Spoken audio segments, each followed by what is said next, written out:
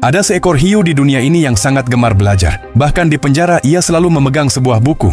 Meskipun bukunya terbalik, ia tidak pernah berhenti membaca. Tapi selain belajar, ia punya kebiasaan berbahaya, yaitu memakan manusia. Saat semua tahanan tidur di malam hari, hiu ini perlahan bangun dan mulai memakan salah satu temannya. Namun malam itu, seekor tikus kecil memergokinya. Ia segera melapor. Kapten pun mulai menembakkan peluru dengan marah tanpa henti. Hujan peluru berjatuhan. Hiu itu diam saja di pojok, memasang wajah polos, dan berkata, "Maaf, tapi aku sangat lapar." Namun ketika semua tahu bahwa ia tidak punya teman di sini, sang kapten memaafkannya dan menjadi temannya. Tapi saat tim berangkat menjalani misi, mereka tidak membawa hiu itu karena tubuhnya terlalu besar. Hiu itu berkata, "Tidak apa-apa, aku akan datang dengan menyamar." Ia membuat kumis palsu dengan jarinya dan mencoba menyembunyikan diri. Namun ketika semua teman sedang bersibuk, dia pergi karena lebih menyukai hal-hal berbeda. Hari itu, ia sampai di sebuah akuarium. Di dalam air, ada dunia ikan yang berbeda. Saat seekor ikan mas kecil mendekatinya, banyak ikan lain juga menghampiri melihatnya. Dan mereka semua mulai meniru apapun yang dilakukan si hiu. Hiu itu mengira bahwa akhirnya ia menemukan teman. Ia begitu bahagia sampai melupakan segalanya. Tapi tubuh besarnya menghancurkan kaca akuarium, dan semua ikan jatuh keluar. Lalu ikan-ikan yang tampak imut itu tiba-tiba berubah. Mereka tumbuh gigi-gigi besar di mulutnya dan mulai menggigit si hiu.